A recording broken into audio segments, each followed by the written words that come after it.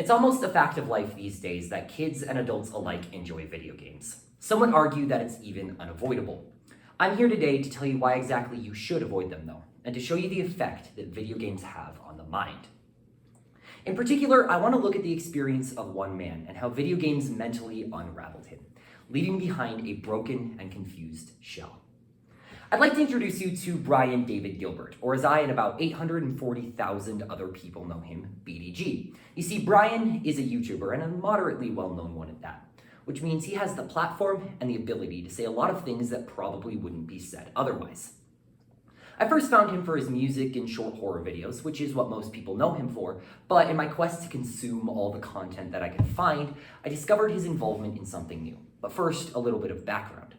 One of my personal favorite videos is a 2-minute song simply titled, "This Video Got Me a Job."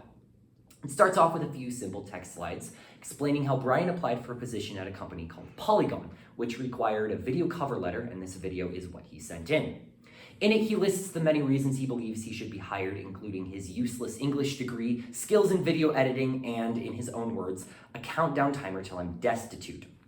As you can imagine from the title, Brian got the job, but I wasn't aware of the full scope of what that would entail until later.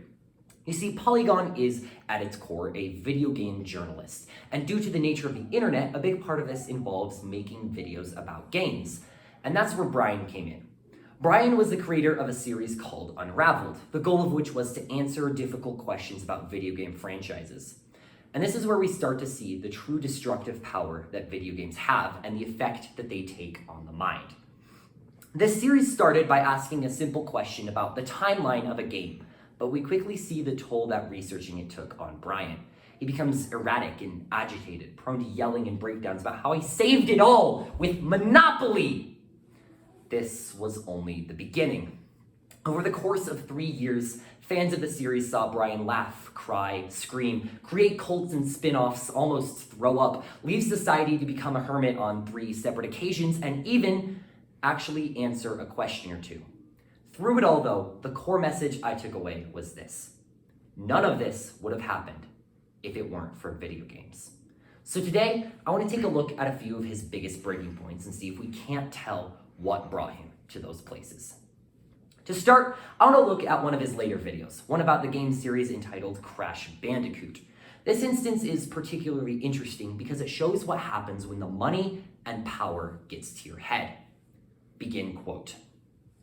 The original Crash Bandicoot was a crystallization of pure, unfiltered late 90s energy that burned itself into the memory of those lucky enough to grow up with these games.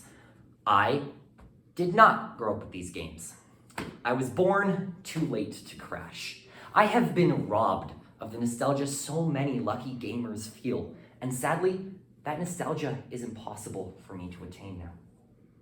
Just kidding, I have sponsor money. Nothing is out of my reach. My hypothesis is that if I purchase all of the required food, decor, and technology available in a 1996 to 1998 American household, I can essentially create a pocket dimension, which will allow me to speedrun the late 90s. This is concerning for a number of reasons, the main one being Brian's late-stage delusion setting in. You see, when you spend a large amount of time in a fictional world, it begins to blur with reality. And this is a prime example. My second example is that of a broken man, one of a being who cannot comprehend what he has been faced with and is forced into a defensive position to cope. Quote again. How can we reconcile the two truths of Kirby, that he is both nothing and everything? How can this sentient garbage bag accomplish so much? Let me tell you. I don't know. I literally have no clue how this dumb idiot orb can have so much power. I have worked my whole life researching and gaining knowledge, and this useless sphere sleeps all day and has powers that gods fear, and that's impossible. That should be impossible. There has to be an answer here, and I don't see it, and that's not fair. If knowledge is power, then power should be knowledge, and Kirby is everything, and he should know everything, and yet we know nothing.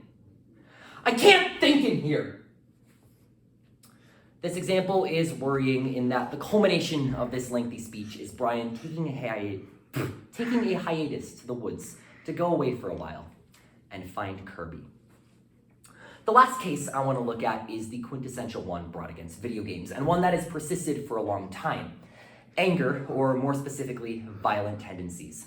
This is simultaneously the longest and most glaring case to date, and our example today deals with one of the most well-beloved characters, Sonic the Hedgehog. In this video, Brian attempts to create the perfect Sonic game using the so-called Sonic Bible, a list of tenets and story points written by the original creators. His dissent is as follows.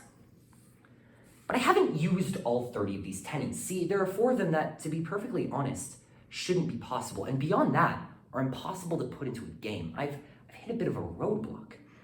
Number 7 shows Sonic's dead father winking at him through a picture on the wall, which proves the existence of an afterlife in the Sonic universe. And number 15, Sonic is able to hibernate below delta waves, and those are the slowest possible brainwaves, about 0.5 hertz.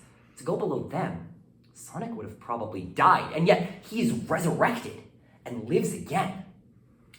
Number 24, Sonic is able to run at the speed of light, and if the rules of relativity are to be believed, that means his mass would have to infinitely expand, and he would need infinite energy to do this, and that would destroy the world. And yet, he's able to do this without harming himself or those around him. Number 30 is actually within the Bible itself. It states, but like most peaceful times in the 21st century, it didn't last long. This Bible was written in 1991, 9 years before the 21st century, and yet it prophesied our challenging political landscape. These 4 pieces of information are not purely canonical information, they are divine miracles, and so of course, I could not put them into a game. They could only fit in a religion. So I went on WikiHow, the foremost creator of how to do things, and I knew hidden somewhere in their beautiful imagery would be the way that I could spread the word of Sonic to the masses. And before you get upset with me saying, Brian, aren't you just starting a cult? That question was already answered by a user named CuteGirlCore. Technically speaking, religions and cults are the same thing. So I have formed my religion around Sonic the Hedgehog, and guess what? I have a confession. I've never played a Sonic game. Never in my life. But it's okay that I haven't played a Sonic game, because that means I haven't been tainted. I have never beheld the false Sonic. Only someone blind to the modern blasphemies of the Sonic franchise could see as clearly as I, because if the Hedgehog could commune with the dead, be resurrected, run with infinite energy, and have his gospel prophesy the future, then either Sonic is a god or could kill God. And I do not care if there is a difference. As you can plainly see, this is problematic. Brian has spent so much time obsessing about Sonic, about video games, that it has consumed him. Like a parasite eating away at his brain, his quest to find the truth about something that ultimately doesn't matter has consumed him. This is the culmination. This is the reason we cannot let this poison corrupt our minds. This is the final case. The straw that breaks the camel's back. We have to keep this pollution out of our minds, out of our lives, and out of society as a whole, or we will suffer the same consequences that Brian did. Because if we do not, the world will crumble around us. We will become what we are most afraid of. We will become what he has become. And I can't do that.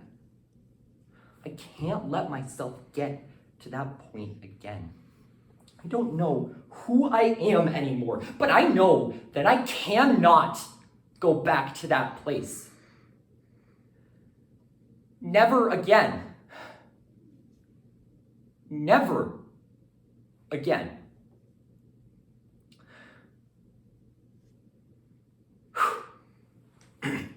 And that is why I believe we should limit our intake of video games and other equally dangerous content. Thank you.